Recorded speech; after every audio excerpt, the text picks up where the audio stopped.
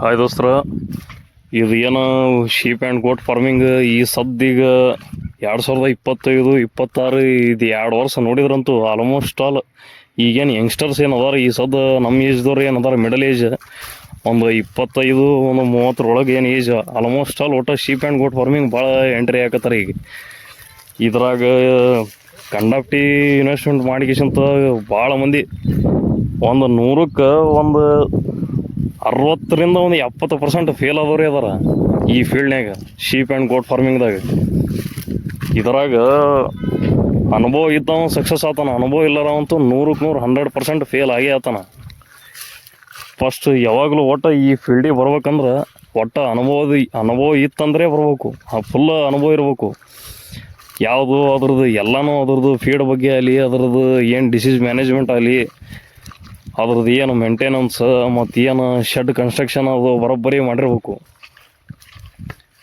ಈಗ ಯೂಟ್ಯೂಬ್ದಾಗ almost all ಹೇಳ್ತಾರೆ, ಈಗ ಯೂಟ್ಯೂಬ್ದಾಗ 10% ಇದ್ದಿದ್ದು ಒಂದು 50% ಮಾಡಿ ಹೇಳ್ತಾರೆ ಪ್ರಾಫಿಟ್. ಒಂದು 10 ರೂಪಾಯಿ ಲಾಭ ಆಗಿತ್ತು ಅಂದ್ರೆ 50 ರೂಪಾಯಿ ಲಾಭ ಆಗಿದೆ ಅಂತ ಹೇಳ್ತಾರೆ ಅವರು. ಯೂಟ್ಯೂಬ್ ಒಟ್ಟು ನೋಡಬಾರ್ದು ಅಂದ್ರೆ ಯೂಟ್ಯೂಬ್ ಒಟ್ಟು ಹೇಳಿದ್ದು ನಂಬೇಡ್ರಿ. ಆಲ್ಮೋಸ್ಟ್ ಆಲ್ ಒಬ್ರೊಬ್ರು ಜೆನ್ಯೂನ್ ಹೇಳ್ತಾರೆ, ಒಬ್ರೊಬ್ರು ಏನದ ಆಲ್ಮೋಸ್ಟ್ ಆಲ್ ಒಟ್ಟು ಸುಳ್ಳೇ ಹೇಳ್ತಾರೆ.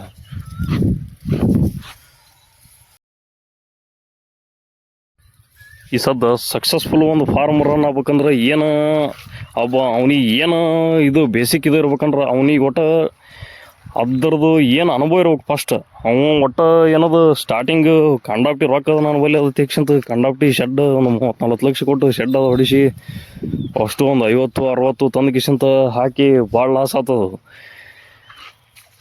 ಅದಕ್ಕೆ ಏನದ ಫಸ್ಟ್ ಏನದ ಫುಲ್ ಅನುಭವ ಇರ್ಬೇಕು ಅದ್ರದ್ದು ಎಲ್ಲ ಹೆಂಗೆ ಮೇಂಟೆನೆನ್ಸ್ ಅದು. ಮತ್ತು ಶೆಡ್ನ್ಯಾಗ ಅಕಸ್ಮಾತ್ ಸಾಕೋದೇ ಆದ್ರೆ ಕಂಪಲ್ಸರಿ ಒಟ್ಟು 2 ಟೈಮ್ ಏನದು ಹಸಿ ಹುಲ್ಲು ಹಾಕ್ಬೇಕು, 1 ಟೈಮ್ ಒಣ ಹುಲ್ಲು ಹಾಕ್ಬೇಕು ಒಟ್ಟು. ಮತ್ತು ಏನದು 1 ಟೈಮ್ ಏನದು ಕಾನ್ಸಂಟ್ರೇಟೆಡ್ ಫೀಡ್ ಹಾಕ್ಬೇಕು, ಅಂದ್ರೆ ಕಾಳದು ಹಾಕ್ಬೇಕು, ಮೆಕ್ಕೆಜೋಳ ಗೋಧಿ ಏನು ಒಟ್ಟು ಸೋಯಾಬೀನ್ ಅದು ಏನು ನುಚ್ಚು ಅಂತ 1 ಟೈಮ್ ಅಂತೂ ಹಾಕಬೇಕು. ಇದನ್ನು ಅಂದ್ರೆ ಫಸ್ಟ್ ಬರೋದೇ ಫೀಡ್ ಕಾಸ್ಟ್ ಚಾಲೆಂಜ್. ಈ ಸದ್ದ ನೀವು ತಂದಿರೋ ಅಂದ ಬಳಕೆ ಏನದು ಅದ್ರದ್ದು ಫೀಡ್ ಕಾಸ್ಟೇ ಜಾಸ್ತಿ ಆಗ್ಬಿಡ್ತದೆ. ಅದ್ರ ಮೇಂಟೆನೆನ್ಸ್ ಕಾಸ್ಟ್ ಅದು ಇದು ಮೇಂಟೆನೆನ್ಸ್ ಫೀಡ್ ಕಾಸ್ಟ್ ಅದು ನೋಡಿ ಏನದು ಆಲ್ಮೋಸ್ಟ್ ಆಲ್ 100ಕ್ಕೆ 60% ಇದ್ರಾಗೆ ಫೇಲ್ ಆಗ್ತಾರೆ. ತರ್ತಾರ ಅದು ಒಟ್ಟು ಫೀಡ್ ಅದು ಬರೋಬ್ಬರಿ ಆಗಂಗಿಲ್ಲ, ಬರೀ ಹಸಿ ಮೇವು ಅದು ಹಾಕಿದ್ರೆ ಒಟ್ಟು ಅಷ್ಟು ಗ್ರೋತ್ ಬರೋಂಗಿಲ್ಲ ಮತ್ತು ಅಷ್ಟು ಇದಾಗಂಗಿಲ್ಲ. ಅದು ನ್ಯೂಟ್ರಿಷನ್ ಫಸ್ಟ್ ಬಾಡಿಗೆ ಫುಲ್ಲು ಸಪ್ಲೈ ಇರಬೇಕು. ಮತ್ತು ಇನ್ನೂ ಒಂದು ಏನು ತಪ್ಪು ಎಲ್ಲರೂ ಏನು ಮಾಡ್ತಾರಪ್ಪ ಅಂತಂದ್ರೆ ಶೆಡ್ ಏನದು ಕನ್ಸ್ಟ್ರಕ್ಷನ್ ಒಟ್ಟು ಸನ್ಲೈಟ್ ಫುಲ್ ಬೀಳ್ಬೇಕು ಅವಕ್ಕೆ ಬಾಡಿಗೆ. ಮೇನ್ ಏನದು ಮೈ ಕಾಯ್ಬೇಕು ಅವಕ್ಕೆ ಸನ್ಲೈಟು ಬೀಳಂಗೆ ಏನದು ಬರೋಬ್ಬರಿ ಶೆಡ್ ಡಿಸೈನ್ ಅದು ಮಾಡ್ಬೇಕು. ಅಂದ್ರೆ ನೀರು ಜಾಸ್ತಿ ಕುಡಿತಾವೆ, ಬಾಡಿ ಟೆಂಪ್ರೇಚರ್ ಬರೋಬ್ಬರಿ ಮ್ಯಾನೇಜ್ ಇರ್ತವೆ. ಒಂದು ವೇಳೆ ನೀವು ಅಕಸ್ಮಾತ್ ಈ ಸದ್ದು ಏನಾರ ಮಾಡೋರಿದ್ರೆ ಅಪ್ಕಮಿಂಗ್ ಡೇಸ್ನಾಗ ಏನಾದ್ರು ಮಾಡೋರಿದ್ರೆ ಅಂದ್ರೆ ಫಸ್ಟ್ ನೀವು ಏನದು ಫಸ್ಟ್ ಸ್ಟೆಪ್ ಏನು ಮಾಡ್ಬೇಕು ಅಂದ್ರೆ ಫಸ್ಟ್ ನೀವು ಬ್ರೀಡಿಂಗ್ ಮಾಡ್ಬೇಕು, ಫ್ಯಾಟಿಂಗ್ ಮಾಡ್ಬೇಕು ಅನ್ನೋದು ಮೊದಲು ನೀವು ಡಿಸೈಡ್ ಮಾಡ್ಬೇಕು. ಈ ಸದ್ದ ಬ್ರೀಡಿಂಗ್ ಅಂದ್ರೆ ನೀವೇನದ ನೀವು ಶೀಪರ್ ತೊಂಬರ್ರಿ, ಗೋಟರ್ ತೊಂಬರ್ರಿ.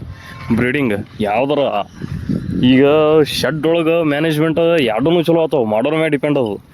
ಈಗ ಆಡು ಏನದು ಭಾರಿ ಬರ್ತಾವೆ ಮತ್ತು ಕುರಿನೂ ಏನದು ಭಾರಿ ಬರ್ತಾವೆ. ನೀವು ಅಕಸ್ಮಾತ್ ಬ್ರೀಡಿಂಗೇ ಮಾಡೋರಿದ್ರಂದ್ರೆ ಒಟ್ಟು ಕ್ವಾಲಿಟಿ ಒಳಗೆ ಒಟ್ಟು ಕಾಂಪ್ರಮೈಸ್ ಮಾಡಬಾರ್ದು. ರೊಕ್ಕ ಅದಲ್ಲ ಇನ್ನೂ ಒಂದು 500,000 ತುಟ್ಟಾದರೂ ಚಿಂತಿಲ್ಲ, ಚಲೋ ಎಕ್ದಮ್ ಏನದು ಬ್ರೀಡಿಂಗ್ ಕ್ವಾಲಿಟಿ ಏನು ಇರ್ತಾವೆ ಅಂಥವು ತರ್ಬೇಕು, ಫುಲ್ ಟಾಪ್ ಕ್ವಾಲಿಟಿ. ಈಗ ನಾವು ಬ್ರೀಡಿಂಗ್ ಮಾಡ್ತೀನಿ ಅಂತ ಹೇಗಿಸಂತ ಫುಲ್ ನಳ್ಳಿ ಇದ್ದು ಏನದು ಸಣ್ಣ ಫುಲ್ ತೆಳ್ಳಗೆ ಅಟ್ ಕ್ವಾಲಿಟಿ ಎಲ್ಲರೂ ತಂದ್ರೆ ಬ್ರೀಡಿಂಗ್ ಅದು ಸಕ್ಸಸ್ ಆಗೋದಿಲ್ಲ. ಅದ್ರಾಗ 100ಕ್ಕೆ 100 ಫೇಲ್ ಆತಾನ.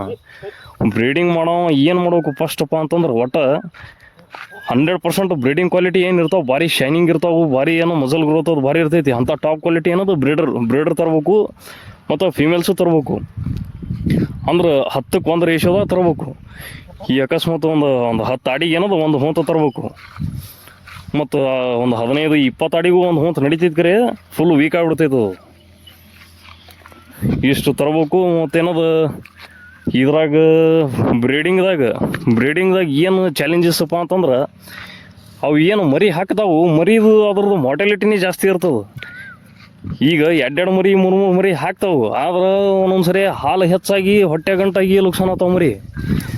ಮತ್ತು ಒಂದೊಂದು ಟೈಮ್ದಾಗ ಏನು ಬೇಸಿಗೆ ಟೈಮ್ದಾಗ ಏನಾಗ್ತದ ಹಾಲೇ ಇರೋದಿಲ್ಲ, ಹಾಲು ಎಲ್ಲರ್ಗೆ ಸಾಯ್ತಾವೆ ಮರಿ. ಒಟ್ಟು ಏನು ಚೈಲ್ಡ್ ಮೊರ್ಟಾಲಿಟಿ ಏನೋ ಜಾಸ್ತಿ ಇರ್ತದೆ ಬ್ರೀಡಿಂಗ್ ಪ್ರೋಗ್ರಾಮ್ದಾಗ. ನೀವು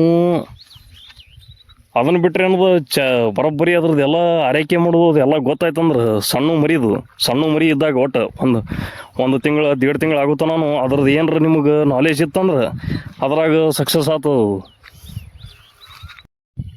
ಈಗ ನೀವು ಅದೇ ಏನದ ನೀವು ಫ್ಯಾಟಿಂಗ್ದಾಗ ಏನಾರ ಇಂಟ್ರೆಸ್ಟ್ ಇತ್ತಂದ್ರೆ, ಈಗ ನೀವು ಫ್ಯಾಟಿಂಗ್ ಒಳಗೆ ನೀವು ಉಣ್ಣಿ ಗುರಿ ಅಂದ್ರೆ ಏನು ಉಣ್ಣಿ ಮರಿಯರ ತರ್ಬೋದು, ಕುರಿ ಮರಿಯರ ತರ್ಬೋದು, ಗಂಡು ಕುರಿ ಮರಿಯರ ತರ್ಬೋದು, ಇಲ್ಲ ಅಂದ್ರೆ ಹೊಂತ ಮರಿಯರ ತರ್ಬೋದು. ಫ್ಯಾಟಿಂಗ್ದಾಗ ಮೇನ್ ಅದ್ರಾಗ ಏನು ಚಾಲೆಂಜಸ್ಸಪ್ಪ ಅಂತಂದ್ರೆ, ಫ್ಯಾಟಿಂಗ್ದಾಗೂ ಏನದು ಮರಿ ಸೆಲೆಕ್ಷನ್. ಸ್ಟಾರ್ಟಿಂಗ್ ನೀವೇನು ಮಾರ್ಕೆಟ್ನಾಗ ಮರಿ ತೊಗೊತಿರ್ತೀರಿ, ಮರಿ ಸೆಲೆಕ್ಷನ್ ಅಂದ್ರೆ ಅದು ಒಟ್ಟು ಕಂಪಲ್ಸರಿ ಒಂದು 4 ತಿಂಗಳು ಮೇಲ್ಪಟ್ಟಿರ್ಬೇಕು, ಅದು 4-5 ತಿಂಗಳು ಮರಿ ಇರ್ಬೇಕು. ಅದು ಅವಾಗ ಏನದು ಫ್ಯಾಟಿಂಗ್ ಬರೋಬ್ಬರಿ ಇದು ಇರ್ತೈತೆ, ಅದು ಬರೋಬ್ಬರಿ ಟೈಮ್ ಭಾರಿ ಮಜಲ್ ಗ್ರೋತ್ ಅದು. ಅವಾಗ ನೋಡೋಕೆ ಭಾರಿ ಸಿಗ್ತೈತೆ ನಿಮಗೆ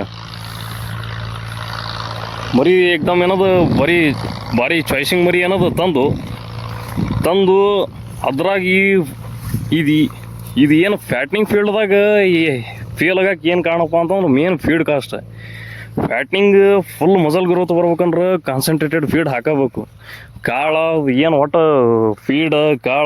ಒಟ್ಟು ಹಾಕಬೇಕು. ಹಾಕಿದರೆ ಮಜಲ್ ಗ್ರೋತ್ ಆಗ್ತೈತಿ ಮತ್ತು ಏನದು ಫ್ಯಾಟಿಂಗ್ ಜಲ್ದಿ ಆಗ್ತದೆ.